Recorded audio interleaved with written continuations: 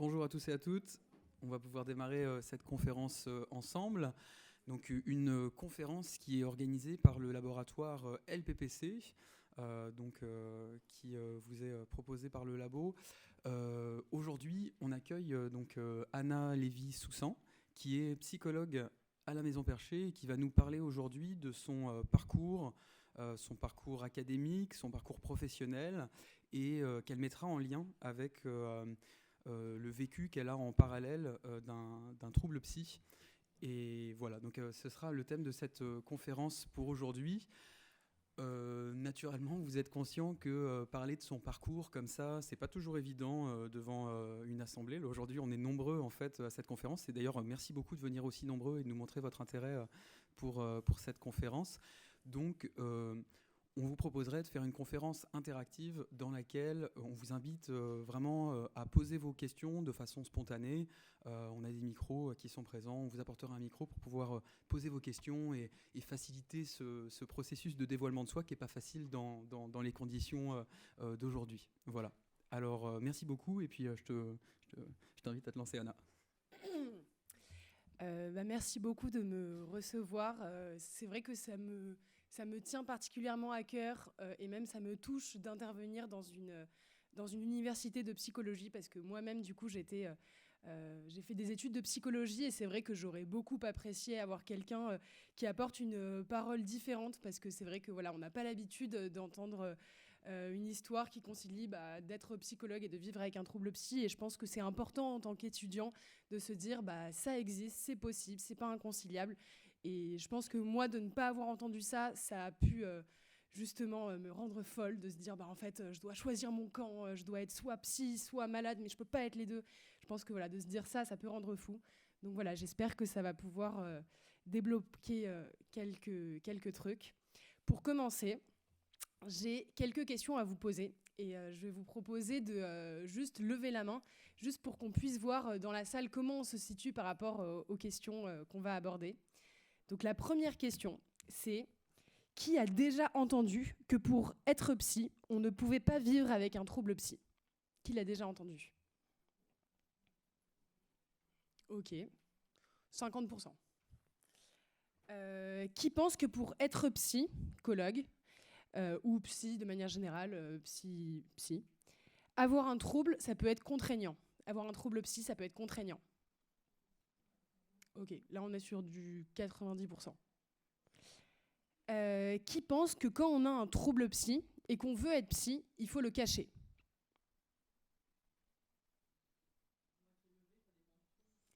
Ok, ça dépend du trouble.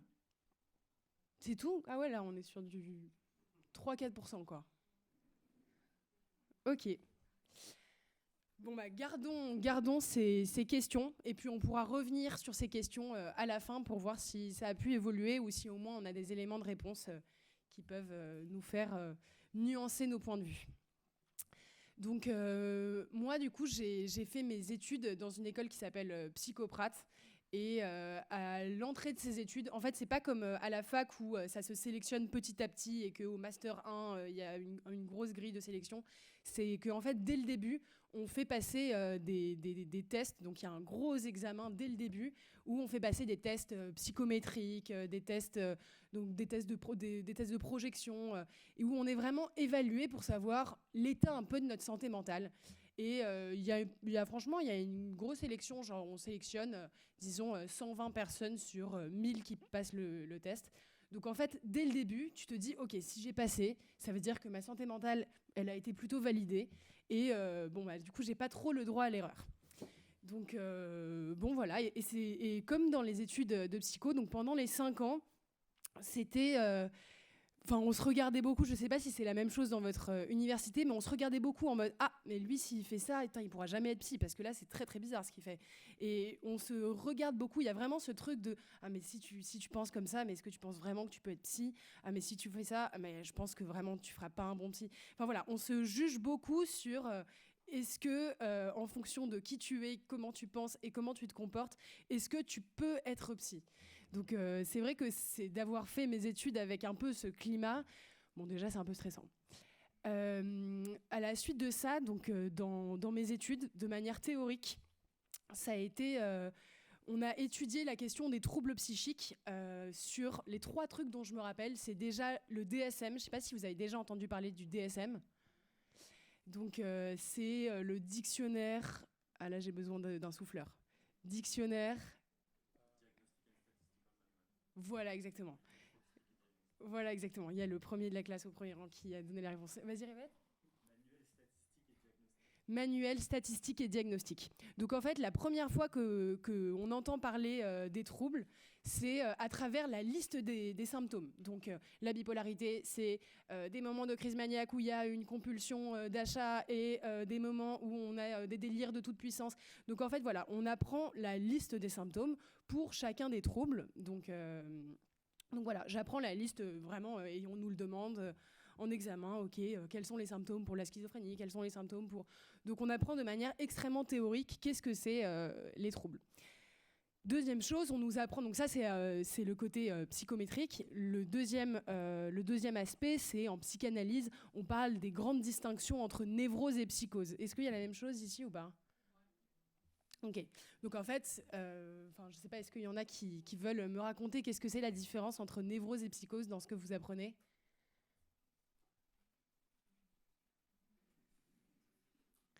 Il n'y a aucun souci, vraiment. De toute manière, il va falloir le désapprendre très vite, donc c'est pas grave si vous ne le savez pas.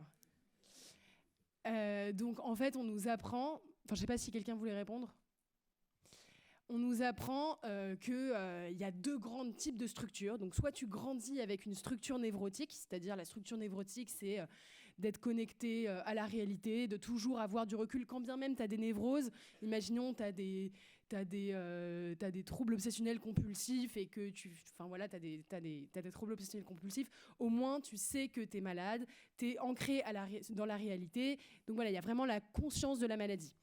À l'inverse de la psychose, donc c'est la structure psychotique. Et on nous apprend que tu nais avec une structure psychotique ou tu nais avec une structure névrotique. Alors la structure névrotique, elle, pour le coup, elle plane totale. Donc elle a aucune connexion avec la réalité. Et elle est malade, mais elle s'en rend pas du tout compte parce qu'elle est complètement déconnectée du réel. Donc il y a vraiment... elle est toujours en délire, elle est toujours déconnectée. Et donc voilà, c'est ne pas avoir prise avec la réalité et ne pas savoir qu'on est malade.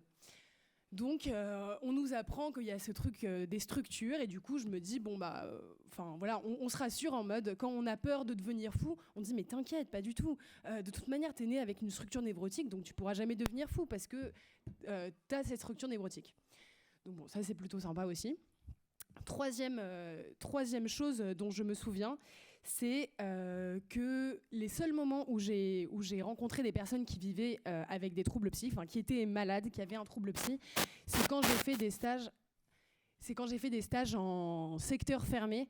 Je ne sais pas dans quoi vous faites vos stages. Moi, j'ai fait beaucoup de stages en psychiatrie, donc en secteur fermé. Donc en fait, on voit des personnes qui sont malades, qui ont un trouble psychique du type bipolarité, schizophrénie, etc., mais qui sont en secteur fermé, donc en moment de crise forte.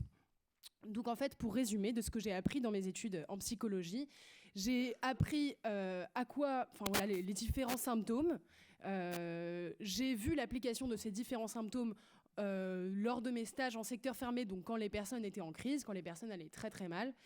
Et j'ai aussi... C'était quoi la troisième chose ? Ah oui, névrose et psychose, que voilà, c'était vraiment 2 choses très différentes.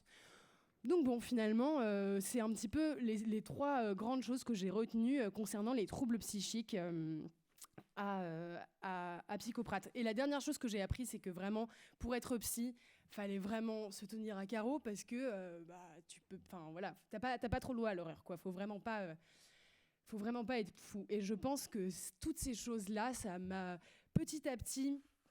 Pendant mes stages, ça a été compliqué parce que je sentais que de porter la blouse blanche, quand j'étais en secteur fermé, de porter la blouse blanche, je sentais que ça me mettait en difficulté. J'allais très bien à ce moment-là, mais juste je sentais que de devoir choisir mon camp, c'était vraiment compliqué. Enfin, parfois, on a de l'empathie pour les patients et on se sent parfois plus à l'aise avec les patients plutôt que d'être hyper normal du côté du soignant. Et je sais pas, j'avais du mal à choisir mon camp, quoi. Et même, je comprenais pas pourquoi il fallait le choisir. Et à un moment, vient le moment où on doit faire son choix de mémoire. Et en fait, là, je commence à me poser beaucoup de questions en me disant, mais en fait, je me reconnais pas dans toutes ces études de psycho. En fait, je me reconnais pas du tout. Il y a pas des sujets qui m'ont parlé particulièrement. Je me sentais vraiment mal à l'aise avec la posture du psy où il y avait vraiment une injonction à la normalité. Je me reconnaissais pas. J'avais l'impression que je sais pas, moi j'avais fait beaucoup de clown à côté et je sentais que cette partie-là de moi qui pouvait être un petit peu plus bizarre, folle, elle pouvait pas du tout s'incarner dans ce métier de psy qui était encore une fois une injonction à être très sérieux, à être très normal, et que dès que je faisais un truc bizarre, on me disait mais attends, mais tu pourras jamais être psy. Et encore, je n'avais rien fait de bizarre jusqu'à présent. Et énorme suspense. Et du coup, à un moment, donc je suis à la recherche de ce sujet de mémoire, et là je me sens trop mal parce que je me dis mais en fait j'ai pas du tout ma place, j'ai pas du tout envie d'être psy, c'est pas ce que je veux faire, je me reconnais pas là-dedans. Et en fait, ça peut paraître con, mais ça m'a mis vraiment dans un état de crise existentielle où je me suis dit je n'ai pas ma place ici. Et petit à petit, en fait, j'ai fait une première grande dépression vraiment assez forte parce que ça a remis en question énormément de choses, et je sentais que j'arrivais plus du tout à gérer ce truc d'être en études de psycho, et j'arrivais plus à trouver ma place là-dedans. Donc, première grosse dépression. Et en fait, donc dans la dépression, je peux vous raconter comment ça se passe une dépression. C'est des trucs qu'on apprend dans les choses théoriques, mais bon, je me suis rendu compte qu'en fait, c'était vraiment très très dur pour de vrai. Et je me suis rendu compte aussi que en ayant vécu cette dépression, c'était la première fois où je comprenais vraiment si quelqu'un me disait j'ai vécu une dépression, c'est la première fois où je pouvais vraiment connecter avec lui parce que je savais à quel point c'était un enfer. Donc l'enfer de la dépression, c'est d'un coup, en fait, le monde devient noir. Enfin, c'est vraiment comme si tu mettais des lunettes de soleil, mais qui étaient vraiment collées à tes yeux et que tu pouvais jamais les enlever. Tout devient... l'image de toi, elle est vraiment terrible. Enfin, alors que on a tous une conception plus ou moins bonne de soi-même, mais là, d'un coup, on devient vraiment le diable, genre la pire personne au monde, la personne la plus nulle de tout. Et les personnes qui disent « mais non, t'es pas nulle », en fait, c'est juste qu'ils te connaissent pas vraiment. Et qu'en fait, t'es juste... t'es plus bas que terre. Le sommeil n'est jamais vraiment reposant parce que en fait tu te réveilles en sursaut pendant la nuit et tu te dis putain mais en fait je me réveillerai jamais de ce cauchemar. Enfin, c'est vraiment un cauchemar, et un cauchemar dans lequel tu sens que tu vas jamais te réveiller et que en fait toute ta vie ça va être un cauchemar parce que en fait il y a pas de place pour toi dans ce monde, t'as pas d'avenir, de toute manière t'es une merde et tu le seras toujours. T'as l'impression en plus de ne jamais avoir été aussi lucide sur toi-même. Donc tu te dis ok, en fait pendant tout ce temps-là je pensais que j'étais une bonne personne, mais en fait c'est juste que je ne me connaissais pas vraiment. Bref, donc là c'est une grosse descente aux enfers avec bien sûr c'est toujours couplé aussi avec des idées suicidaires. Enfin c'est quelque chose qu'on souhaite vraiment à personne. C'est une maladie qui est vraiment très très dure parce qu'elle est invisible, elle est incommunicable, tu peux en parler à personne parce que personne peut comprendre, et elle est aussi très honteuse parce que il n'y a aucune raison que tu sois en dépression. Enfin, moi, là, dans ce que je vous raconte, il n'y a rien de grave. Enfin, de ne pas réussir à trouver un sujet de mémoire, franchement, il y a pire sur Terre. Et pourtant, c'est quelque chose qui va juste tu peux pas l'expliquer, et du coup, c'est dur à légitimer. Mais voilà, c'est ça qui te met dans une grosse crise. Et en fait, finalement, il faut juste se dire que les moments de dépression et les moments de crise, c'est des moments où juste ton cerveau t'alerte que là, il y a quelque chose à changer. Tu peux plus continuer à faire comme si de rien n'était et à tracer ta route. En fait, ton corps et ton esprit, il te dit stop, et il te dit voilà, mets-toi sur la borne d'arrêt d'urgence et réfléchis, parce que là, tu peux plus continuer. T'as une dissonance cognitive, toi. Tu peux plus continuer à te mentir à toi-même. Il faut que tu fasses une pause.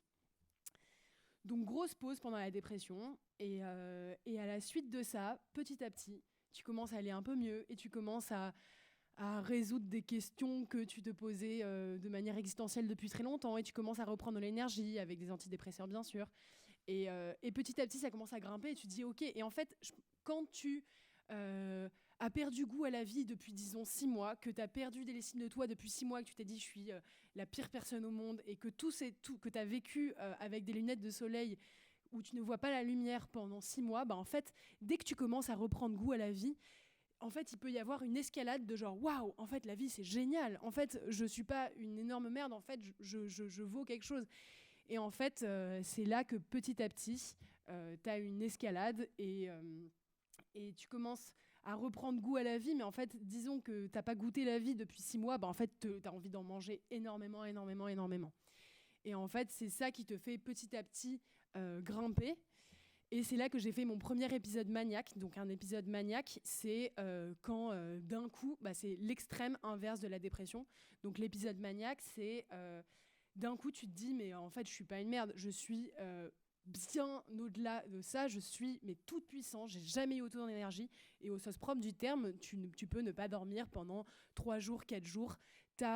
Alors que j'étais bloquée, j'avais l'impression que je ne savais pas du tout ce que je voulais faire. D'un coup, je commençais à avoir 1 milliard de projets dans la tête. C'est comme si l'autoroute, elle avait été bouchée et que d'un coup, là, il y a 1000 autoroutes qui s'ouvrent et tu te dis, mais en fait, je peux faire ça, je peux faire ça, je peux faire ça, je peux faire ça. Et au début, c'est des projets rationnels et de plus en plus, c'est des projets très irrationnels. Donc au début, c'est je sais ce que je vais faire dans la psycho, et petit à petit, c'est genre, en fait, j'ai envie de changer le monde. En fait, j'ai envie de faire coexister les religions, et je pense que je suis envoyée petit à petit par quelqu'un. Donc voilà, ça commence à glisser petit à petit, et je me rappelle vraiment le moment où, pour le coup, tu bascules. Mais il y a vraiment un moment où tu bascules dans ce qu'on appelle un épisode psychotique. Donc l'épisode psychotique, c'est vraiment le moment où, encore une fois, tu passes de dire des trucs qui peuvent être communicables et qui peuvent être compris à...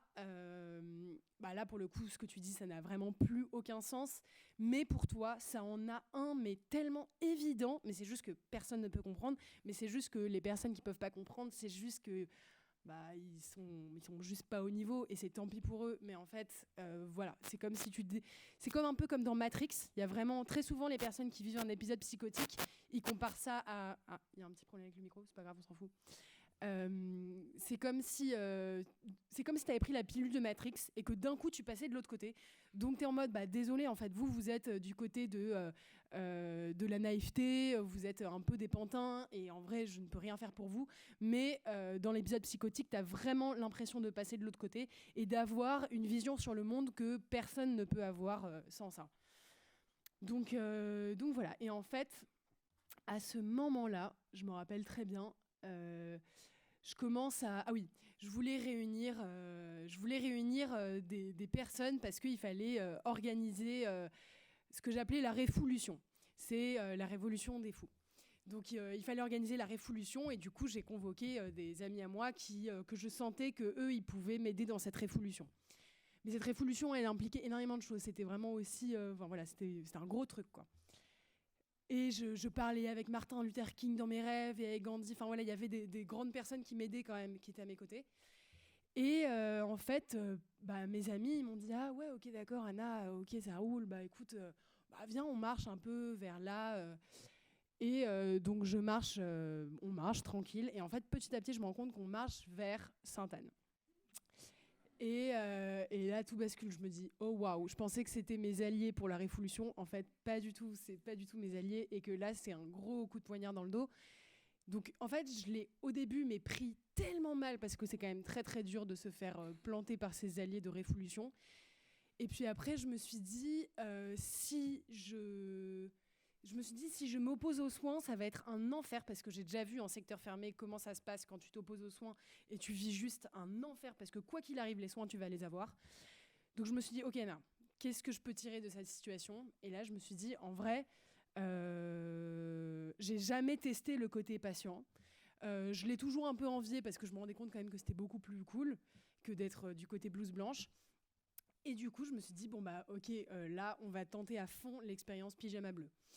Et en fait, c'est devenu un énorme terrain d'attraction. Je me suis dit, mais génial de pouvoir essayer ça, c'est super. Donc là, vraiment, la première hospitalisation, elle était extrêmement fun, quoi, parce que je me suis dit, en vrai, quand t'as une blouse blanche, t'as pas le droit à l'erreur, mais alors quand t'as un pyjama bleu, là, t'as le droit de faire que des erreurs. C'est vraiment la roue libre pour faire tout et n'importe quoi. De toute manière, il n'y avait même pas la peur de « Oh non, mais il ne faut pas que je fasse ça, ils vont me prendre pour une folle. » Tu es folle. Donc, en vrai, il n'y a aucun risque. Donc, en fait, c'était un gros plaisir. Et à la suite de ça, donc pendant mes hospices, je me suis dit, en fait, j'ai plus envie d'être psychologue, j'ai envie de devenir psychofolle. Donc, je me suis dit, en vrai, mes études, elles vont beaucoup m'aider à ce point de vue théorique, Mais en fait, là, ce que je suis en train de vivre comme expérience, je rencontre les personnes, les patients comme je les ai jamais rencontrés. Je comprends la maladie comme je l'ai jamais comprise. Et du coup, je pense que ça va beaucoup m'aider dans mon parcours. Donc après, quand je ressors d'hospice, je me dis, en fait, mon mémoire, ça va être ça. Et là, je découvre un autre... je fais des recherches, en fait, sur le fait que quand t'as un trouble, en fait, je me dis, mais c'est vrai que ce que j'ai raconté aux gens de mon trouble, en fait, c'est hyper précieux. Les gens, ils m'écoutent beaucoup plus que quand je leur expliquais le DSM, voilà ce que c'est la bipolarité, voilà ce que c'est. Et donc, mon mémoire de psycho, je l'ai fait sur... bien sûr, à Psychoprate, je leur ai pas du tout dit que j'étais folle. Enfin, j'ai continué à jouer le rôle de l'étudiante normale. Mais par contre, mon mémoire, ça portait sur... j'ai fait un mémoire de recherche où j'ai comparé... je suis intervenue dans des écoles de seconde et dans une classe, je faisais un exposé théorique sur voilà ce que c'est la bipolarité, voilà ce que c'est la schizophrénie, etc. Et dans l'autre classe, je faisais intervenir 3 personnes. Une personne qui parlait de bipolarité, une personne qui parlait de schizophrénie et une personne qui parlait de troubles du comportement alimentaire, addiction, etc. Et vraiment, vous imaginez bien que c'était des ambiances très différentes. Une ambiance qui était assez...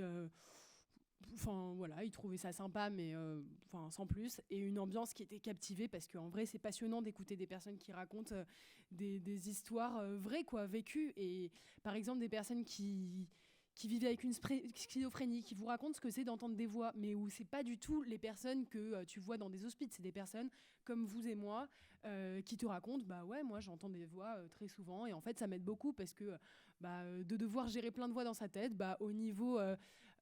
gestion de conflit, ça m'aide beaucoup et ça me permet d'être une super RH. Et les élèves, ils sont en mode waouh, ok. Donc j'ai fait mon mémoire sur ça et à ce moment-là, en fait, j'ai découvert le monde associatif.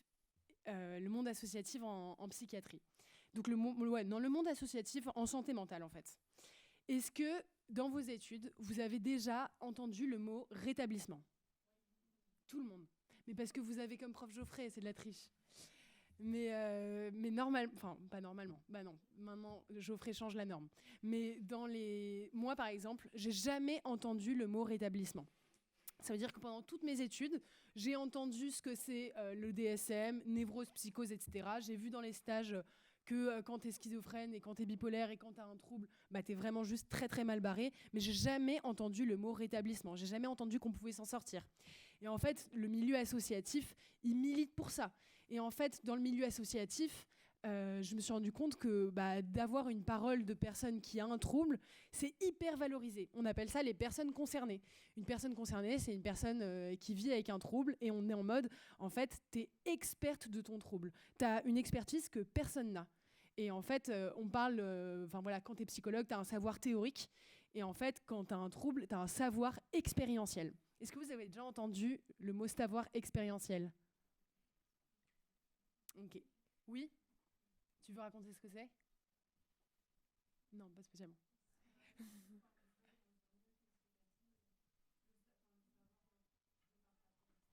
Ouais, carrément. Carrément, ouais.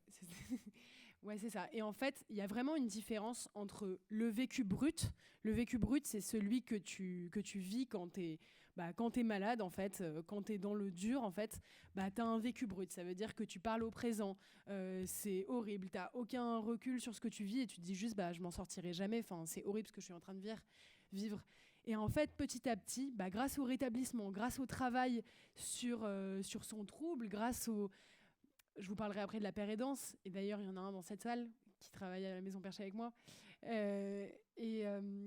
Grâce à ton rétablissement, en fait, tu passes progressivement d'un vécu brut, donc quelque chose que tu vis très très dur au présent, et petit à petit, en fait, il y a vraiment un travail d'élaboration.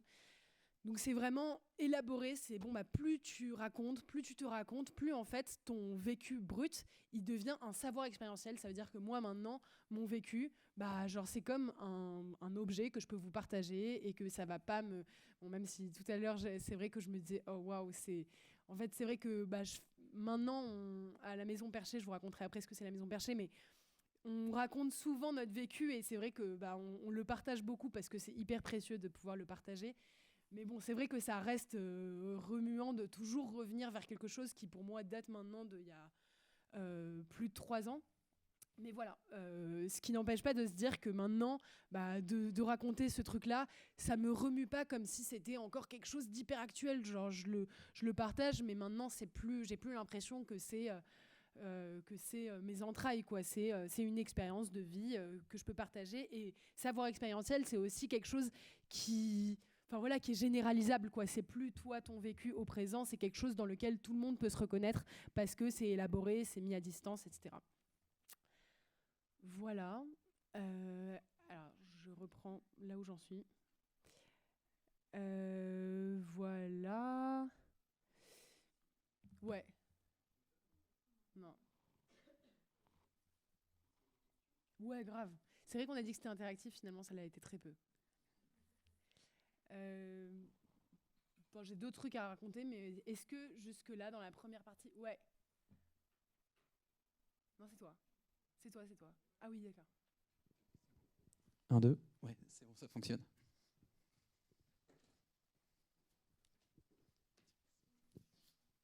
Bonjour. Je voulais savoir, parce que je peux te tutoyer ou pas?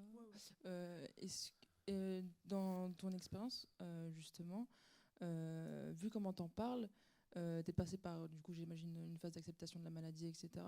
Et je trouve que vu comment tu rejettes ça auprès de nous, t'as vraiment bien accepté la maladie, et je voulais savoir comment t'as fait pour gérer tout ça et tout, parce que ça va être quand même compliqué. Moi-même qui ai une maladie plutôt physique, mais voilà, ça m'intéresse du coup de savoir. C'est hyper important comme question parce que c'est vrai que, en fait, je pense que j'ai trouvé comme stratégie un peu de survie le fait de passer de... Je me suis dit, soit j'ai trop honte de ça et je le cache et je le dis à personne, soit au contraire, je fais ce qu'on appelle un coming out proud. C'est genre, en fait, j'ai besoin, au contraire, de le montrer, de le revendiquer et de se dire, en fait, non, c'est pas une faille. Et je pense que ça m'a beaucoup aidée. Déjà, aussi de me dire, je suis psychophile, en fait, ça m'a permis, au contraire, de pouvoir accepter une partie que avant je pouvais pas du tout, je pouvais pas en parler. Enfin, je sentais que j'avais toujours un truc comme ça. Et quand je disais juste j'étais psychologue, genre j'y croyais pas. Et en fait, du coup, de pouvoir parler de ça, ça m'a permis de pouvoir au contraire regrouper un autre pan de ma personnalité. Et en fait, l'acceptation, c'est vraiment petit à petit. Je pense que, en fait, j'ai rejoint le projet. Donc c'est la Maison Perchée. C'est une association dans laquelle que j'ai rejoint dès le début. Je pense déjà la manière dont je l'ai rejoint, ça m'a beaucoup aidé dans l'acceptation. Ça veut dire que, en fait, moi, ma deuxième hospitalisation, en fait, j'ai soutenu mon mémoire. J'ai réussi à feindre jusqu'à soutenir mon mémoire. Et une semaine après, j'ai été hospitalisée pendant 4 mois. Donc là, ça a été vraiment très long. Ça a été beaucoup plus dur. J'en suis sortie avec des électrochocs. Donc vraiment, c'était genre, je suis allée très très loin dans la maladie. Et en fait, l'acceptation, ce qui m'a beaucoup aidée, c'est que j'avais rencontré les gens de la Maison Perchée juste avant mon hospitalisation, et j'avais rencontré une autre association qui s'appelle Les Funambules, avec une psychologue qui m'avait recrutée, mais à qui j'avais pas dit que j'avais un trouble. Et en fait, pendant mon hospice, cette psychologue, mes parents lui ont dit, désolée, elle va pas pouvoir faire le job. En fait, elle est hospitalisée. Et elle a fait, pas de souci, en fait, j'attends qu'elle sorte, et quand elle sortira, ce sera la psy. Déjà, moi, ça m'a choquée. Je me suis dit, waouh, en fait, il y a des psys qui ont cette ouverture d'esprit, et t'es pas obligé de cacher ton truc. En fait, il y a des psys qui vont valoriser ça et qui vont au contraire... Donc en fait, je me suis juste dit, en termes d'acceptation, je n'ai plus envie de travailler dans des endroits où je vais devoir cacher ça, parce que c'est juste des personnes avec qui je partagerai pas les valeurs. Et j'ai juste envie d'être avec des personnes parce que ces gens existent, qui vont trouver ça bien. Et en fait, quand je suis sortie de la Maison Perchée, en fait, je les avais, quand je suis sortie d'hospitalisation, en fait, j'avais rencontré la Maison Perchée juste avant. Donc la directrice, elle m'a dit, oh, mais c'est cool que tu aies une expérience de trouble psy et que tu sois psychologue, parce que je venais tout juste d'être diplômée, donc c'était pendant une semaine de battement. Et en fait, je les ai rejoints. Bon, j'étais en plein épisode maniaque, donc voilà, c'était intense. Et en fait, à la sortie de mon hospice, Elle m'a dit, alors qu'elle m'avait vu vraiment au paroxysme de ma manie, quoi. Et quand elle me retrouve, je venais d'avoir mes électrochocs et tout, elle m'a dit, bon, bah écoute, maintenant, est-ce que t'es chaude qu'on travaille ensemble, quoi? Et je me suis dit, en fait, c'est ça, c'est qu'il y a des gens vraiment qui existent et qui sont, encore une fois, qui valorisent ça. Et je pense que, au niveau de l'acceptation, d'être dans des environnements de personnes qui acceptent ça, mais même qui le voient comme une richesse, en fait, ça m'a permis de filtrer. Genre, je veux pas être avec des personnes qui vont pas accepter ça, et je veux être m'entourer que d'environnements dans lesquels j'aurais pas à cacher ça. J'ai pas envie que ce soit une honte. La Maison Perchée, en gros, c'est une association qui crée une communauté d'entraide entre des jeunes qui ont des troubles psychiques. Donc, on n'est que entre personnes, on n'est pas que entre personnes concernées, mais on est beaucoup à avoir un trouble psy, et en fait, on s'entraide par ce qu'on appelle de la pair-aidance. Donc en fait, la pair-aidance, c'est des personnes qui sont plus avancées sur le chemin du rétablissement et qui donnent de l'espoir aux personnes qui viennent de découvrir leurs troubles. Ça m'a beaucoup aidé aussi dans l'acceptation, parce que en fait, tu as des personnes qui... quand tu entends en fait, des personnes qui parlent de leurs troubles, qui le revendiquent, qui en parlent dans les médias, et qui sont hyper à l'aise avec ça, et en fait, qui le montrent vraiment comme une richesse, tu te dis, en fait, ça va, quoi. Et je pense que si j'étais restée dans les milieux que je trouve un petit peu psychophobes, des études de psycho dans lesquelles j'étais, je pense que j'aurais jamais osé dire quoi que ce soit. Et à mes collègues de psycho, juste après, en fait, en même temps que la Maison Perchée, j'avais fait j'avais travaillé dans une ligne d'écoute avec que des psychologues. Je n'avais pas du tout osé le dire, et genre je l'ai vraiment caché, alors que parallèlement, donc je vivais vraiment une vie double où à la Maison Perchée je témoignais dans des médias, j'étais hyper à l'aise avec ça, et quand j'étais avec des psychologues je le cachais à fond parce que je sentais qu'ils allaient me juger, ce qui est quand même dingue, quoi. Donc en fait je me suis juste dit, en fait j'ai plus jamais envie de travailler dans des endroits où je le cache, et en fait sachant que c'est une richesse, en fait. Donc l'acceptation, elle vient petit à petit, et elle vient parce que t'es accepté par d'autres gens, surtout, je pense.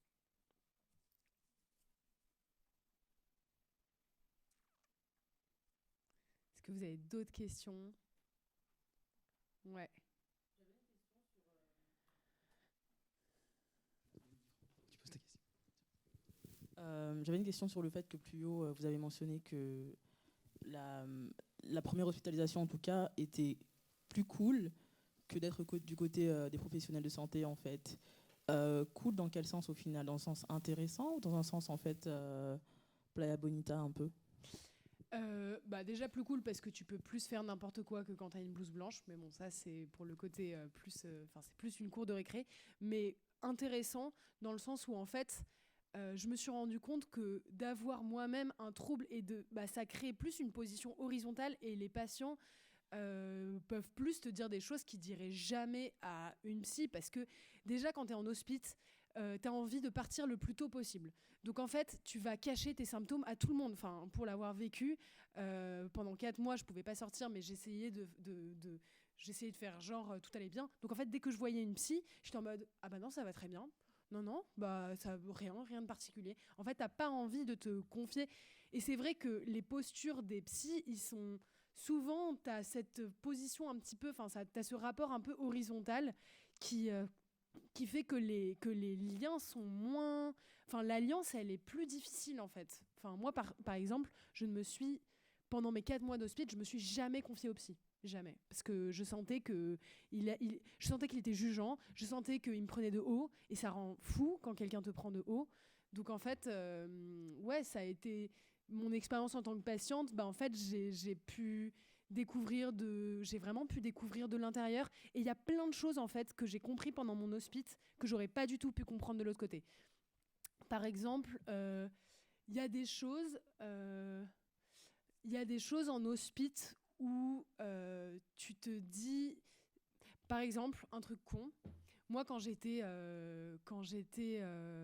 hospitalisée, par exemple, typiquement un truc que j'ai changé quand je l'ai vécu, c'est les électrochocs, la sismothérapie. On peut se dire, mais c'est horrible. Je le souhaite à personne. C'est un enfer. Ça date de vol au-dessus d'un lit coucou. Faut surtout pas le faire. En fait, ça, c'est un peu Enfin, c'est un peu ce qu'on peut se dire dans nos représentations. En fait, il faut se dire que moi, ça m'a sauvé la sismothérapie. Et ça sauve énormément de monde. Et que si j'avais pas eu la sismothérapie, bah, en fait, je serais encore très, très, très perchée. Et c'est vrai que je pense qu'en fait, j'ai pu en fait juste comprendre de l'intérieur plein de trucs que je pense que quand on est à l'extérieur, on ne peut pas savoir. Et en fait, je pense que ce qui manque dans la formation de psy, c'est de pouvoir poser des questions à quelqu'un qui est de l'intérieur, qui a le recul en fait, et qui peut te dire bah ça par contre ça m'a aidé, ça par contre ça m'a pas du tout aidé. Donc en fait on peut dire que ce qui est beaucoup plus violent, c'est qu'un professionnel il te dise pas bonjour dans les couloirs plutôt qu'on te prenne le portable par exemple.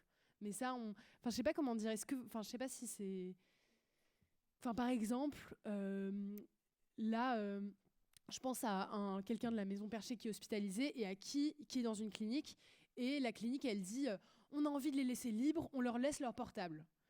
Et en vrai, pour l'avoir vécu, moi si on m'avait laissé mon portable, ça aurait été mais hyper grave, parce que quand tu es dans un état maniaque, tu postes des trucs en permanence, tu fais des achats hyper compulsifs, et en fait les professionnels ils se disent non mais on a envie de le laisser libre, en fait non, genre ça aide pas dans la liberté. Et je pense que en fait le fait que des personnes qui l'ont vécu, si on pouvait plus communiquer en fait, et c'est pour ça que maintenant il y a des pères aidants professionnels qui sont dans les services et qui permettent justement d'apporter cette parole dans les services, parce qu'en fait il n'y a rien de mieux que quelqu'un qui a vécu ça pour savoir qu'est-ce qui peut être bon pour la personne en fait. Et sinon, en fait, en tant que psy, tu peux juste te dire ah bah ça, je pense que ça va l'aider. Ah mais ça, je pense que il en aura besoin. Ah mais ça, je pense que c'est sûr qu'il va être content d'avoir ça. En fait, on n'en sait rien tant qu'on l'a pas vraiment vécu. Ouais.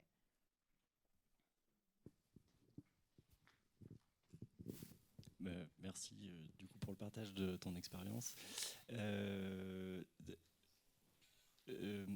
Moi, je te rejoins totalement sur ce que tu partages du rôle aussi que ça peut avoir justement les pairs concernés dans la capacité de donner une autre perspective sur les situations qui sont vécues par les patients, notamment quand elles sont en train d'être au cœur du système de santé et notamment de la psychiatrie. Néanmoins, en fait, c'est peut-être des trucs que tu comptais évoquer, mais je trouve que ce qui est intéressant, c'est que au-delà de la perspective communautaire, de dire en fait des personnes concernées qui aussi ont vécu une expérience commune du système de soins de santé mentale, peuvent dire en fait ça peut être violent, ça peut être vécu comme violent. Il y a aussi l'idée de travailler avec les personnes elles-mêmes pour, par exemple, pointer des directives de soins anticipés. De dire, en fait, tu vois, toi, par exemple, le truc du téléphone portable, c'est un truc, tu sais que tu le voulais pas, et donc, quand tu es dans une phase de lucidité qui te permet de dire, en fait, retirez-le-moi parce que je ne veux pas l'utiliser quand tu es là-dedans. Et ça, c'est aussi des choses que, justement, les personnes concernées ont pu amener, de dire, en fait, on respecte la personne elle-même, juste quand on ne sait pas ce qu'elle veut, réfléchissez avec différentes perspectives et points de vue sur la situation. Mais bon, j'imagine. Non, mais ouais, c'est exactement ça. Je sais pas si vous avez déjà entendu parler des directives anticipées en psychiatrie. Tu veux raconter ce que c'est les directives anticipées en psychiatrie ? Alors c'est un outil de soins alors qui est assez récent, on va dire, et qui est pas forcément dont la promotion elle est pas faite dans toutes les équipes de psychiatrie qui sont notamment sur des fonctionnements très, on va dire, anciens, traditionnels. Donc c'est plutôt effectivement dans les services dans lesquels on est sur un soin basé sur les notions de rétablissement, etc. On va considérer que l'idée c'est de mettre la personne au centre de la prise de décision sur ce qui est bon pour elle et ce qu'elle a besoin d'avoir en termes de soins, et qu'on va travailler avec elle pour justement qu'elle puisse définir ce dont elle a besoin quand elle est dans des situations de crise, et où en fait c'est le trouble qui lui fait perdre une certaine capacité de discernement et de lucidité. Et donc quand elle est lucide, elle va dire en fait moi quand je suis en train d'avoir une crise délirante, suicidaire, etc., voilà ce que je veux que vous fassiez pour moi, au moment où elle est plus en capacité de pouvoir le dire, et où elle va potentiellement s'opposer à ça. Alors, ça peut faciliter deux choses. C'est à la fois le fait que la personne elle accepte les soins qui lui sont proposés en rappelant, ok, en fait, on a décidé ensemble. Est-ce qu'on va donc appliquer ce qu'on a décidé ensemble, quitte à ce qu'on revienne dessus derrière. Et aussi, du coup, de ne pas décider pour elle de ce qu'elle vient de faire, parce qu'effectivement, on peut avoir des représentations de une personne, je sais pas, délirante. Il faut par exemple, la mettre en contention dans un lit pour éviter qu'elle se fasse du mal. Et en fait, il y a des personnes qui n'ont pas besoin de ça, et donc c'est d'autant plus une source de souffrance, quoi. Ouais, c'est exactement ça. Et c'est tellement important. Et ça, pour le coup, c'est un vrai renversement de se dire, bah déjà, on peut revenir sur ce qu'on se disait tout à l'heure, la névrose, la structure névrotique et la structure psychotique. Moi, en tout cas, j'en ai fait l'expérience. Après, ça reste un débat et c'est pas encore... mais je pense pas que ça existe, parce que pour avoir vécu des expériences psychotiques, je me rends compte qu'on peut très bien s'en sortir. Et en fait, c'est hyper important de se dire, la personne, quand elle délire, elle n'est pas tout le temps comme ça, en fait. Et je pense que quand on est en secteur de crise, on se dit, bon, bah, cette personne, elle est tout le temps comme ça. Et du coup, on la traite... Enfin, moi, ce que j'ai vécu comme un peu de l'animalisation, on se dit, bah, cette personne, elle n'a jamais vraiment la conscience, donc on va choisir ce qui est bon pour elle. Elle sait pas vraiment parce qu'elle est délirante, mais et en fait, on l'assiste complètement et on ne voit pas du tout ce qu'on peut appeler la virtualité saine de la personne. On ne traite la personne que comme si cette personne, elle était malade tout le temps, alors que non, en fait. Enfin, il y a des moments de crise où oui, on peut délirer, il y a des moments de crise où en effet on sort de la réalité, mais en fait il y a des moments où on réatterrit et on redevient quelqu'un comme vous et moi. Si ça se trouve, là sur ces personnes-là, c'est sûr qu'il y a des personnes qui ont déjà pu vivre, bon c'est vrai qu'avec mon collègue de la Maison Perchée, bon, on est déjà 2, donc 2 sur 100 c'est à peu près les stats, mais comment ? Et en psycho évidemment, non mais enfin voilà, vous avez quand même la preuve que c'est possible, même si on n'en parle pas. Mais ce que je veux dire, c'est que voilà, ce qui est important, c'est en effet ce truc de directive anticipée, c'est que la personne, elle n'est pas toujours elle n'est pas toujours dans un état délirant. Et en fait, quand elle réatterrit, et ben en fait, tu lui fais remplir ce document dont tu parlais, de directive anticipée, et c'est elle qui va choisir qu'est-ce qui est bon pour elle. Et il n'y a rien de plus violent que de choisir qu'est-ce qui est bon pour la personne quand elle est pas bien, quoi. Et en fait, en effet, pour le premier épisode psychotique, bah tu peux pas savoir que elle peut avoir ces moments-là, donc c'est compliqué. Mais en fait, dès que la personne a déjà fait un épisode psychotique, et ben en fait après, elle pourra totalement choisir de quoi elle a besoin et qu'est-ce qui peut l'aider, en fait. Et ça permet, je sais pas si vous avez déjà entendu en psychologie le concept d'empowerment. Bah l'empowerment, c'est tellement important de se dire, bah en fait, genre ok, dans les moments où on est délirant, on perd un peu notre pouvoir d'agir, mais en fait, il faut le perdre le moins possible et toujours avoir en tête que cette personne, j'ai besoin de respecter, genre, elle peut, enfin, quand elle ira mieux, on sera exactement pareil. Donc, je pense que de voir le fait que, enfin, de concevoir le rétablissement, mais toujours, ça permet aussi de pouvoir mieux accompagner les gens et de ne pas se dire cette personne, elle sera toujours malade. Ouais.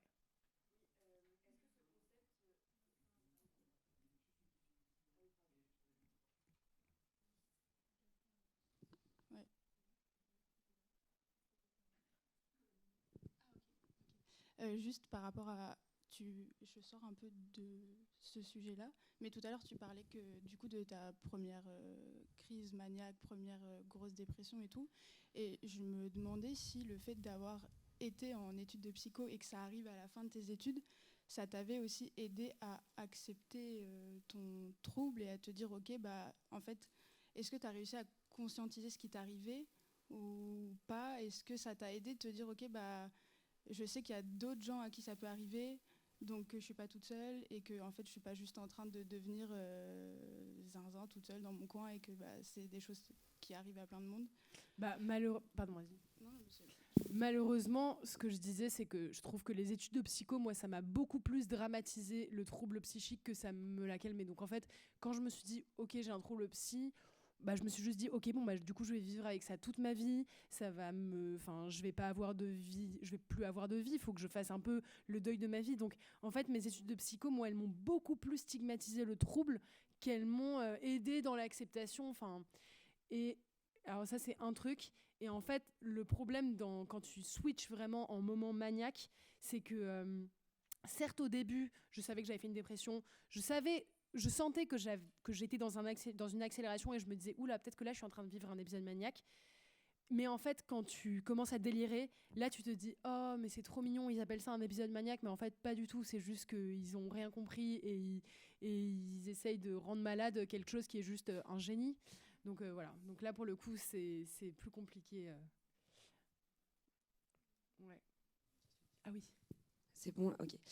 Oui, quand tu parles de concept de directive anticipée, moi je sais que je suis en stage en pédopsychiatrie, et est-ce que c'est possible de mettre ça en place avec les enfants? Parce que moi je travaille du coup avec les enfants psychotiques. Est-ce que c'est possible ou il faut passer par les parents vu qu'ils sont mineurs? Je sais pas du tout comment ça se passe. Alors en soi, c'est pas tant un document. Enfin, il y a des documents qui existent et Enfin voilà, il y a des documents qui existent que tu peux trouver. Après, je pense que tu peux créer ton propre document, ton propre. Enfin, je pense qu'il n'y a pas besoin de documents officiels et peut-être adapter les questions pour que ce soit adapté pour un enfant. Et en effet, après, tu peux les écrire avec l'enfant et avec ses parents et que ce soit. Enfin, c'est important que. Moi, je sais que mes directives anticipées, je les ai écrites avec mon psy et avec mes parents parce que bon, bah, mes parents, c'est mes personnes.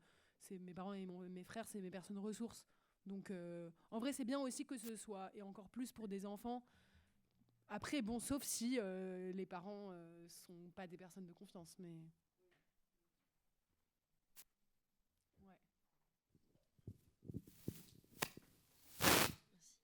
Bonjour. Est-ce que vous considérez qu'on fait une meilleure psy si on a ou on a eu des troubles psy?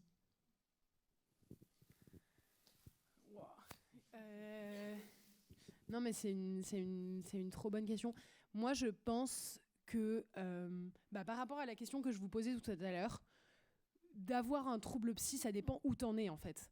Quand j'étais dans le dur, et je pense que quand on est dans le présent de son trouble, tu peux pas être psy en fait, parce que ça te remue trop, et genre j'aurais pas pu aider qui que ce soit en étant moi-même dans un moment de maladie. Mais je pense que...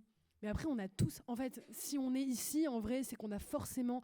Pour moi, l'empathie, elle vient quand même d'une faille qui s'est certes recouverte, mais c'est compliqué d'avoir de l'empathie si t'as absolument rien vécu et d'avoir vécu aucune souffrance. Donc, en vrai, pour moi, de base, si on est ici, c'est qu'on a forcément un vécu qu'on a réussi à sublimer et à dépasser et à en faire un objet d'aide.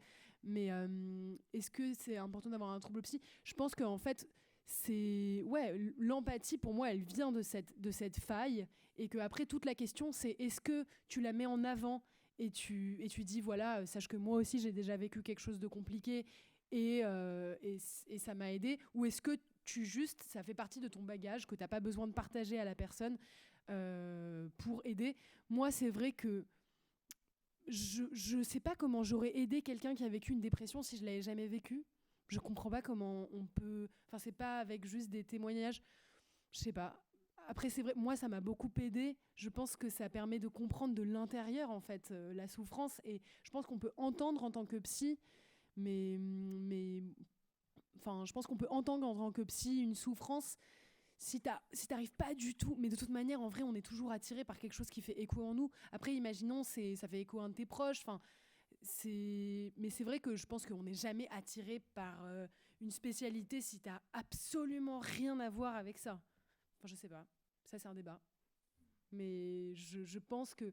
Enfin, moi, de ce que j'ai vu, en tout cas, de mes collègues psychos, ils sont jamais attirés par un sujet s'ils ont absolument aucun lien avec ça. Mais je te parle de toi ou de tes proches ou d'une histoire que t'as pu vivre, quoi. Mais voilà. Ça va, c'est une bonne... Mais en vrai, c'est un débat. Je pense que c'est... Enfin, si vous voulez, vous avez d'autres trucs à répondre. Ouais. Oui, juste avant de poser ma question, j'aimerais bien réagir à ce que tu as dit. Je pense qu'il peut y avoir le contraire aussi quand tu es trop touché par quelque chose. Au contraire, tu vas vouloir l'éviter parce que ça peut être une source de souffrance aussi d'être confronté à ça dans ta clinique. Voilà. Et sinon, ma question, c'était par rapport à toi, donc la manière dont tu as vécu tes soins. Donc, tu as été hospitalisée dans le public, si j'ai bien compris, à Sainte-Anne. Est-ce qu'il y a un moment où tu t'es dit aussi en tant que psy, j'ai envie, par exemple, pour la poursuite de mes soins, éviter les CMP, etc., et plutôt aller dans le privé parce que pas forcément envie d'avoir notre dossier, un dossier public, des transmissions publiques, je sais pas si c'est clair. Ah ouais. Ou par exemple, j'ai pas envie de croiser des collègues ou des gens que j'ai connus dans ces milieux-là. Ah oui. Et du coup, aller plutôt dans le public. Ouais. Alors pour le premier truc que tu disais, complètement d'accord. En vrai, c'est pour ça que j'appelle ça une faille recouverte. C'est que si c'est une faille qui, en effet, est encore sensible, pour moi, mais surtout pas aller là-dedans. Enfin, c'est sûr que ça va pas du tout t'aider. Et au contraire, ça va... encore plus nourrir l'affect. Et en effet, je pense que c'est vraiment pas une bonne idée. C'est vraiment quand c'est quelque chose qui est travaillé, qui est élaboré, et que voilà, c'est plus un sujet sensible, quoi, que ça peut devenir quelque chose qui aide. Mais en effet, dans les cas dont tu parlais, au contraire, je suis complètement d'accord que ça peut. Après, je pense que moi, j'avoue, je pense que j'ai eu un parcours. Enfin, en tant que psychologue, je pense que ça a été compliqué parce que très vite, moi, je me suis dit que j'avais envie que ça allait être limite mon identité psy d'avoir ça. Donc, c'était pas du tout un truc que je voulais cacher. Mais je vous invite à aller écouter un podcast des mots bleus. De manière générale, les podcasts, j'ai plein de trucs à vous recommander. Il y a un podcast des mots bleus de quelqu'un qui s'appelle Anne Reva, qui était une grande chef de service je sais plus, en pédopsychiatrie justement, et qui elle raconte, enfin il est passionnant ce podcast, je sais plus c'est quoi exactement le nom, mais voilà, Anne Reva, tu sais comment il s'appelle? Non, je sais pas, mais ce qu'on pourra faire éventuellement, c'est si tu as des podcasts à nous conseiller, on pourra les mettre en commentaire de la vidéo de la conférence d'aujourd'hui. Donc tu me les enverras et puis comme ça on pourra les mettre. Ok, parfait. J'en profite pour signaler qu'il nous reste plus beaucoup de temps pour la conférence, donc on va prendre encore, je pense, 2 ou 3 questions et puis on va devoir clôturer là-dessus. Voilà. Du coup, ma deuxième question portait sur le fait, en fait, pour savoir, vous, c'est quoi votre poste, votre rôle en fait en tant que psychologue? Est-ce que vous faites précisément en fait comme travail? Et si vous pouvez décrire en fait comment tout ce parcours-là en fait a des applications pratiques pour ce poste. Donc à la Maison Perchée, moi très vite mon rôle ça a été d'accompagner les pères aidants. Donc en fait je me suis servi de ce que j'avais appris en psycho et je l'ai adapté pour créer une formation pour les pères aidants. Donc je recrute les pères aidants. Donc on a maintenant une 50aine de pères aidants qui travaillent à la Maison Perchée et qui sont des personnes exceptionnelles que je vous invite à aller rencontrer. Vous pouvez aller prendre un café, je sais que c'est pas la question, mais que vous pouvez aller rencontrer au 59 avenue de la République pour prendre un café. Mon poste, du coup, c'est accompagner les pères aidants. Donc, je fais toutes les supervisions des pères aidants. Enfin, là, il va y avoir une psy qui va bientôt nous rejoindre. Mais en gros, je fais recrutement, formation et accompagnement des pères aidants. Donc, en fait... au niveau de la formation, qu'est-ce que c'est la contagion émotionnelle? Comment gérer la contagion émotionnelle? Comment passer du vécu brut au savoir expérientiel? Enfin voilà, il y a plein de trucs qu'on apprend pour être père aidant. Voilà. Et en fait, pour le moment, il n'y a pas encore eu de psy pendant 3 ans. Donc en fait, c'était moi qui gérais toutes les situations de psy. Mais en fait, on fait vraiment un accompagnement communautaire de tout le monde. Donc je faisais aucun accompagnement individuel. Mais en fait, dès qu'il y avait des situations compliquées de crise à gérer, c'était moi qui étais l'interlocutrice. Et voilà, je fais pas de suivi de personne, mais c'est vraiment voilà. Après, je suis à l'accueil, j'étais à l'accueil, je suis de moins en moins, mais voilà, à l'accueil pour rencontrer les personnes, etc. Et voilà, donc je ne fais pas de suivi de patients. Et je fais surtout voilà, de la gestion de crise et de la supervision et accompagnement des pères aidants.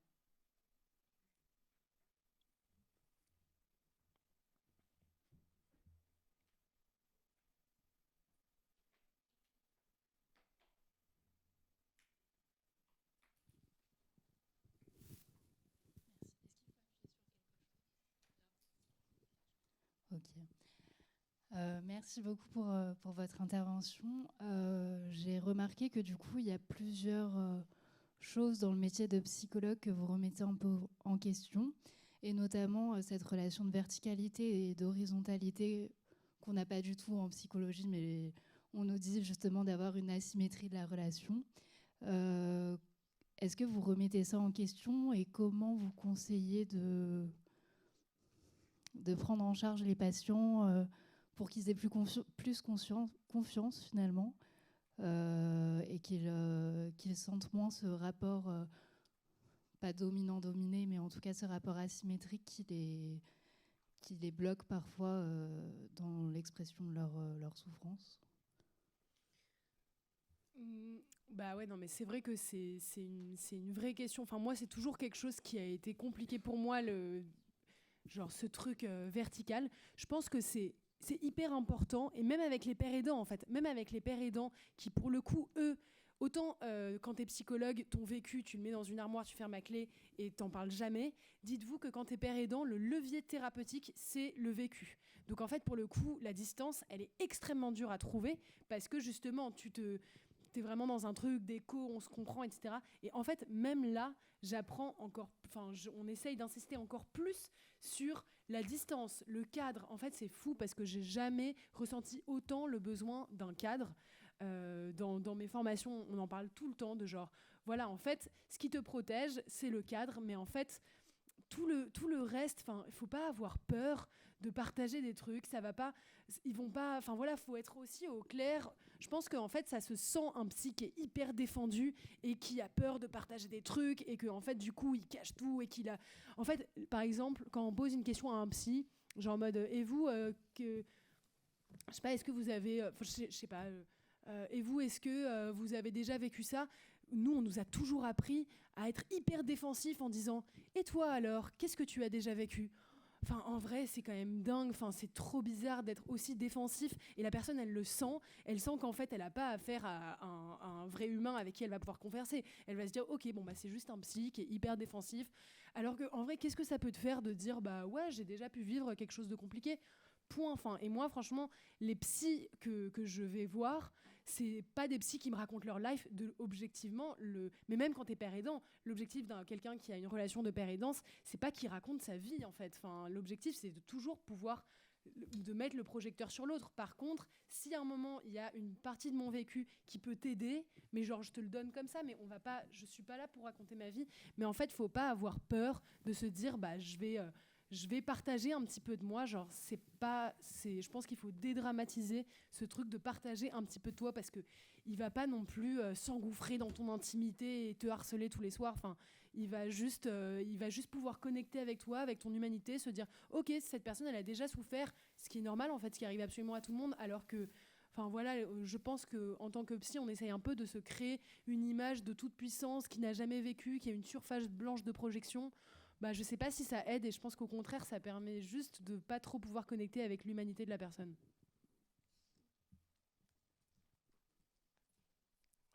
Bonjour. Du coup, j'ai une question parce que tu as dit deux trucs que je trouve très intéressants. Quand tu parlais de la virtualité saine de la personne, en disant que se rappeler que les patients, bah, ils sont pas toujours comme ça. Et moi, j'aimerais bien l'articuler, si t'es OK, avec la question de l'accueil. Justement, moi, je travaille dans une structure de première ligne. Et pour nous, la question de l'accueil, elle est primordiale. Et moi, un peu ma question, c'est comment dans ta structure qui est communautaire, tu travailles l'accueil justement pour valoriser la personne. Enfin, je suppute peut-être, mais pour valoriser justement le fait que la personne qui arrive en face de toi, tu lui fasses sentir qu'elle a cette virtualité saine et qu'elle existe et que c'est ici qu'elle pourra aussi s'exprimer.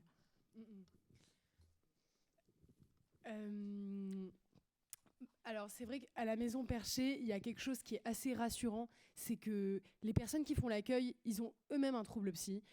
Toutes les personnes, elles ont toutes des troubles psy. Et en fait, c'est plus simple de se dire que... Et en fait, il y a un truc aussi qui est sympa, c'est que tu viens prendre un café, t'es pas obligé de raconter tout de suite ta vie. Il y a vraiment quelque chose de l'ordre de... si toi, t'as pas tout de suite envie de me raconter qu'est-ce qui t'amène ici, bah, je peux te présenter ce lieu, te dire... bah voilà, ici on parle santé mentale, on parle du fait c'est une communauté d'entraide entre des gens qui ont des troubles psychiques. Il y a des personnes, c'est basé sur de la pérédance, donc entre des personnes qui moi par exemple, quand je sens que la personne elle est très frileuse, elle ose pas trop, elle a un peu honte, tu te dis bah ouais, moi c'est vrai que genre j'ai déjà vécu des trucs, j'ai déjà vécu des épisodes aussi compliqués.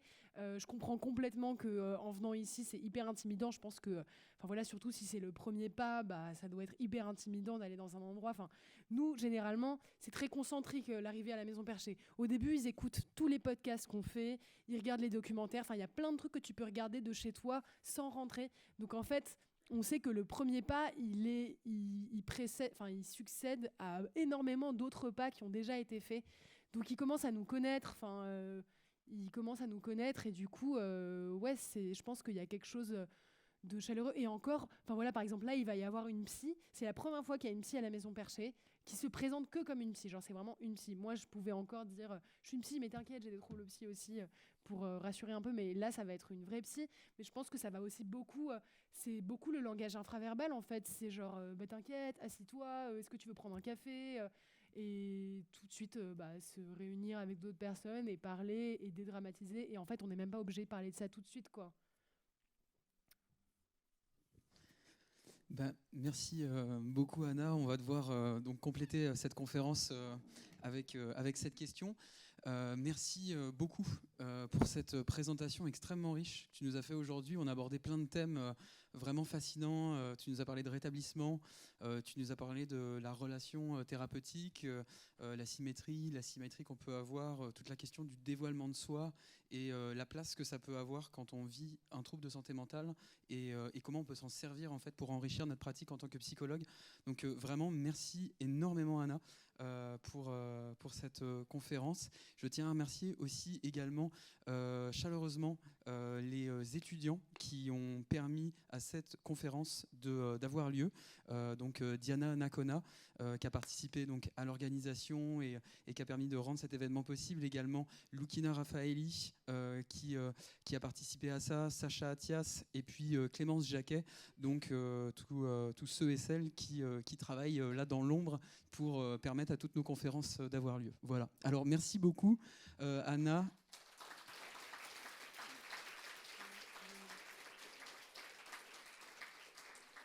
Et merci à vous, bien entendu, d'être venus pour cette conférence et pour vos questions très riches.